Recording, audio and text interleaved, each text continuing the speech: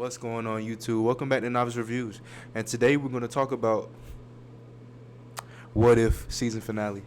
You know what I'm saying?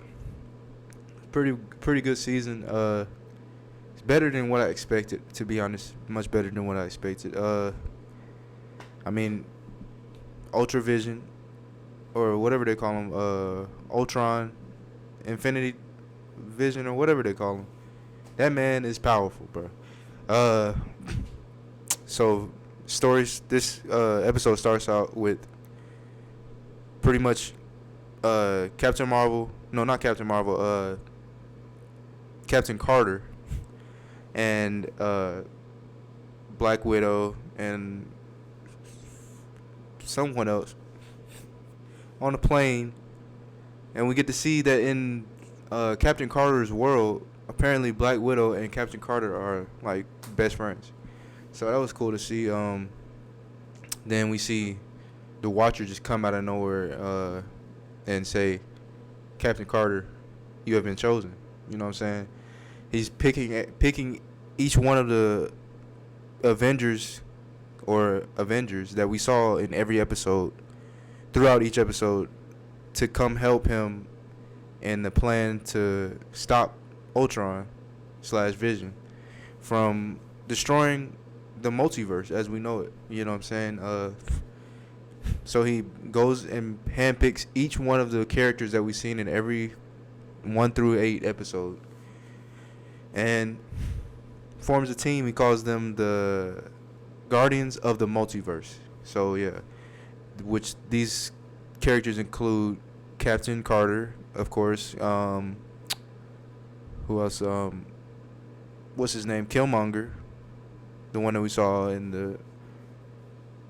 the one that we saw in the episode where he becomes Black Panther. So he gets him. He gets Doctor Strange, which we saw in the last episode. Him try to go get him. He gets Doctor Strange, the Sorcerer Supreme Doctor Strange, or whatever they call him, the evil one. He gets drunk Thor, party Thor, whatever you want to call him. Which was probably they just picked him because we've already seen his character. I feel like he didn't really help the team much, but gets him. Gets who else is it? Oh, Gamora.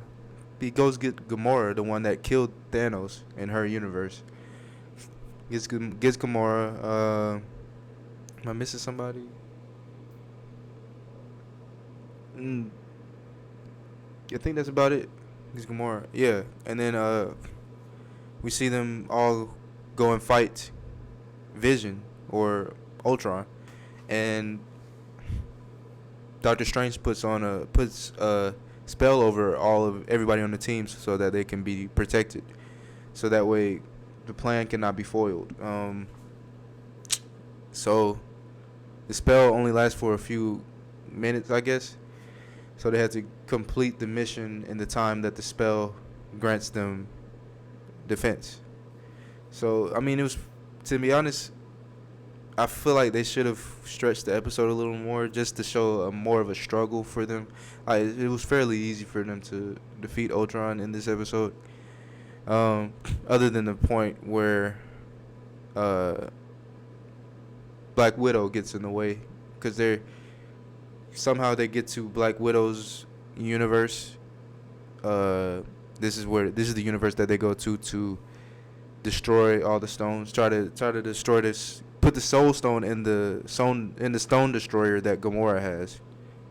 So they put the Soul Stone. Well, they try to put it in the Stone Destroyer, and then Black Widow jumps in the way and stops them from putting it in there. And this ends up being their biggest falter in the story. Which I'd rather the falter come from Ultron himself, but I guess. And then she puts the stone. Well, something else happens. He gets Black Widow pretty much. Ultron comes to that universe, and he figures out what they're doing, and somehow Captain Carter convinces Black Widow that they're fighting for the greater good and that she needs to comply and do what they're asking. So she eventually, she doesn't give up the stone because Ultron comes and gets in the way of that. But they get the stone back, and they end up destroying Ultron's. They get this stone, put it into the stone destroyer, and they destroy Ultron's other stones. At this point, you're thinking, man, the story's already over. That was a short episode. You know what I'm saying? But no. Turns out that on each different universe, the stones, or each different universe, the universe works in a different way. So the stones cannot be destroyed in this universe. Like, they cannot, in the universe that Black Widow was in, the stones are not able to be destroyed by the stone destroyer. So, which was kind of just trash writing in my opinion. I feel like they could have done something different right there, but it was still entertaining, you know what I'm saying? So Vision gets the stones back, or Ultron gets the stones back, and he continues to destroy them, to try to destroy the multiverse. And what else goes now? He continues to destroy the multiverse. Sorry about that. And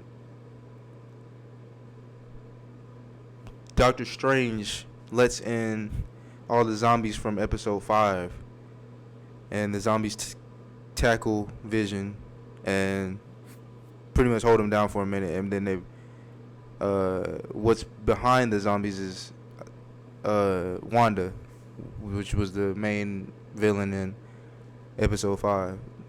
So could be wrong, but that might be what the time that I'm talking about, or it might be before this, but either way that happened.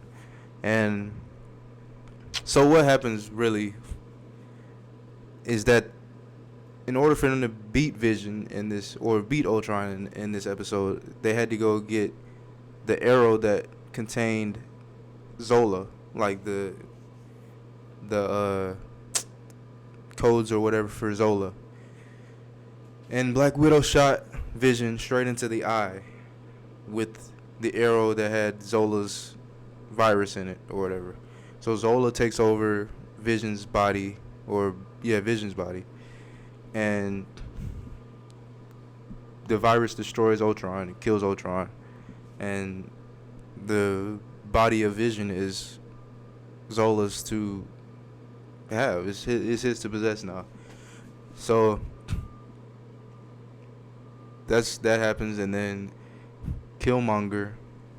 This is why you don't put villains on a hero team, but who knows?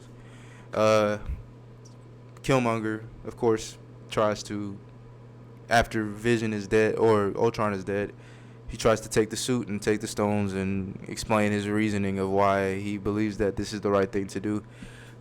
Which, I mean, he always has a great, compelling reason. Like, it's hard to argue against his reason sometimes, but this is why you don't put a villain on a hero squad. So that happens, and he tries to take the suit for himself, and then Zola takes it back, and then Doctor Strange, in the midst of Zola taking it back, Doctor Strange realizes it wasn't their duty to destroy the stones, it was just their duty to destroy Ultron and pretty much take the stones from Ultron. So they figure this out, and then they all go back to their respective universes. And Captain Marvel doesn't necessarily want to go back to her. I mean, Captain Carter doesn't necessarily want to go back to her assigned universe because she sees a picture of Steve as she's walking out to go back to her universe, which I think Captain Carter is probably going to be in one of these next movies in live action. But she goes and she's like, I'm not going back.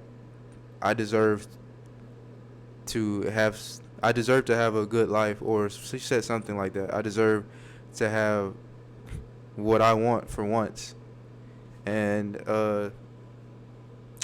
the Watcher pretty much says, no, they need you in your universe. Your Captain Carter is needed. So she ends up going, and that's the last we see of her in the episode. But we do get a post-credit scene, which I will get into after this. So